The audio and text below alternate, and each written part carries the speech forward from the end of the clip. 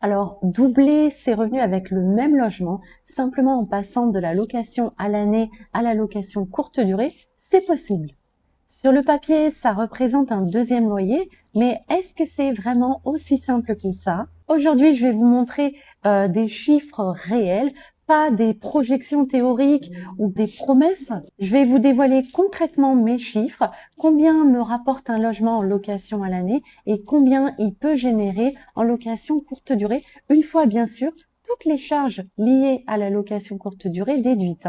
Et surtout, on va se poser la question, est-ce que la différence justifie le travail supplémentaire? Restez bien jusqu'au bout parce que je vais vous montrer ce que ça représente réellement et en quoi ça change complètement la façon d'investir. Bonjour, je m'appelle Valérie, je fais de la location meublée courte durée depuis 4 ans et de l'immobilier depuis 12 ans.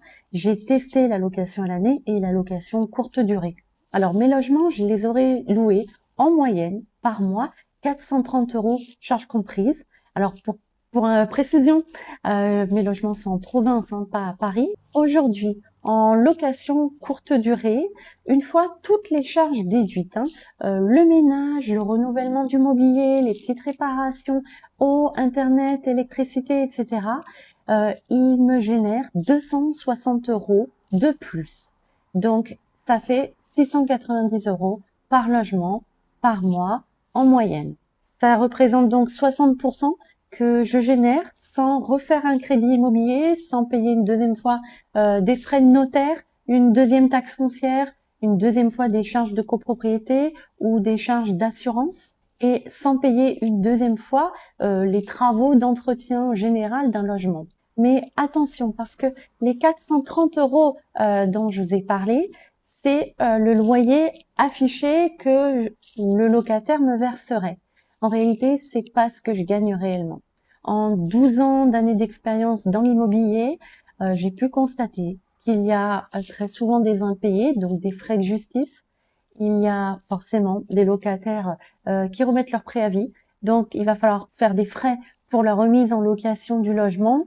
Il y a le temps de vacances locatives, du coup le temps de faire ses travaux, le temps de retrouver un locataire et il y a également les frais d'agence pour retrouver un locataire. Donc au final, quand j'additionne tous ces frais, un logement en location à l'année me rapporte réellement 350 €.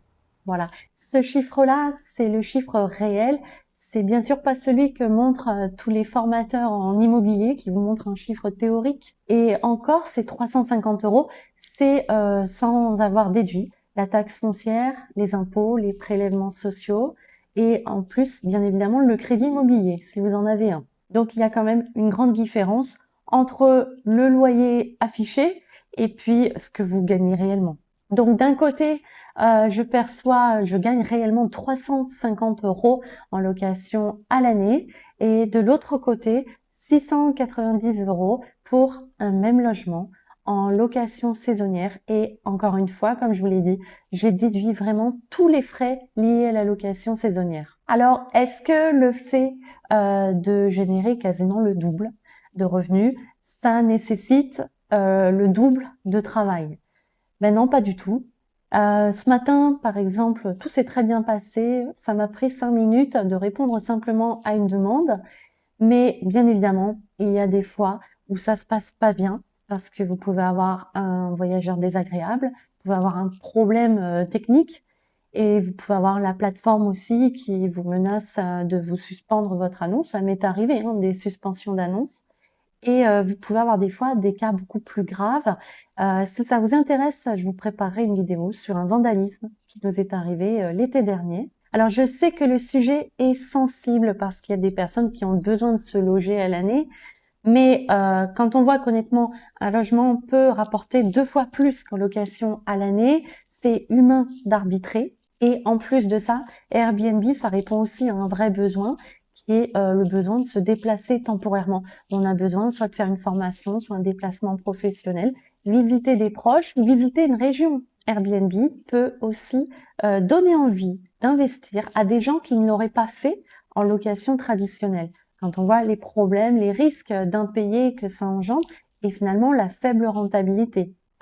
Si vous tombez sur un locataire qui paye pas le loyer, je vous parle de mon expérience personnelle, vous allez pouvoir récupérer le loyer en espérant pour vous, hein. Mais moi, c'est mon cas, je récupère actuellement un loyer qui aurait dû m'être versé il y a 10 ans. Donc la locataire a profité de ma part d'un prêt à taux zéro pendant 10 ans. Et très souvent, le montant du loyer couvre juste le coût du crédit.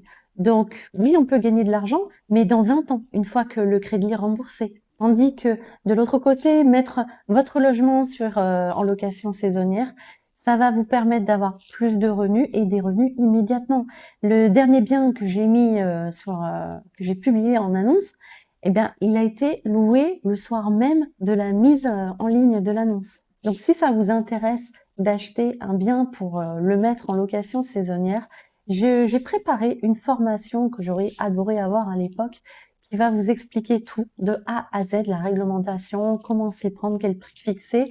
Donc, vous pouvez la trouver dans la description. Donc maintenant, soyons honnêtes, la location courte durée n'est pas faite pour tout le monde. C'est sûr que ça implique d'avoir tout le temps son téléphone avec soi parce que n'importe quand, il peut y avoir un problème.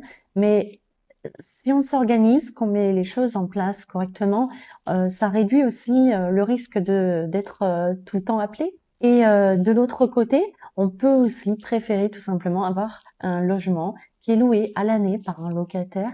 Alors, si le locataire est coopérant, qui paye correctement son loyer sans avoir à le relancer, c'est vraiment le combo idéal, c'est la tranquillité pour vous. Malheureusement, dans la réalité, il y a aussi des locataires à l'année où c'est beaucoup plus compliqué les relations. Moi, ça m'arrive actuellement, j'ai une locataire. Dès qu'elle a un problème dans le logement, c'est tout de suite des menaces de plainte.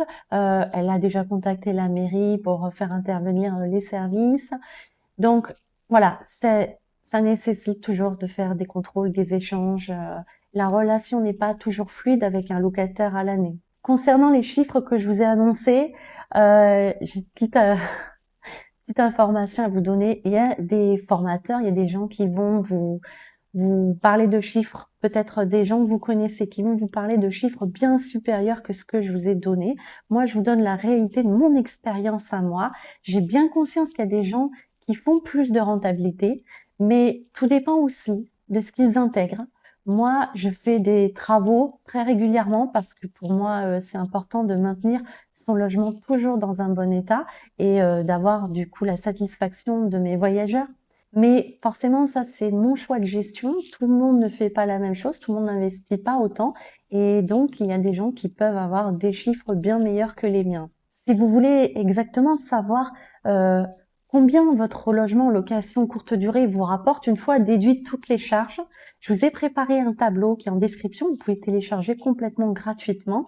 Et à partir de là, vous allez pouvoir comparer si ça vaut toujours la peine d'être en location courte durée par rapport à une location à l'année. Alors, je vous ai dit que dans mon cas, la location courte durée me rapporte le double par rapport à la location à l'année. Je vous ai parlé des problèmes, mais il y a aussi des choses très très sympas parce que vous avez des voyageurs qui sont très contents, qui vous remercient. Il y en a qui reviennent, avec qui finalement ça devient des fidèles et c'est très gratifiant de voir ça. Donc, on a des fois des bonnes expériences et ça me permet également de vous partager toutes ces expériences sur cette chaîne. Ça me fait très plaisir de vous les partager. N'hésitez pas, j'ai plein d'anecdotes si ça vous intéresse. N'hésitez pas à me les demander en commentaire. Je vous préparerai des vidéos là-dessus. Et si cette vidéo vous a aidé, n'hésitez pas à vous abonner, bien sûr, pour avoir la suite.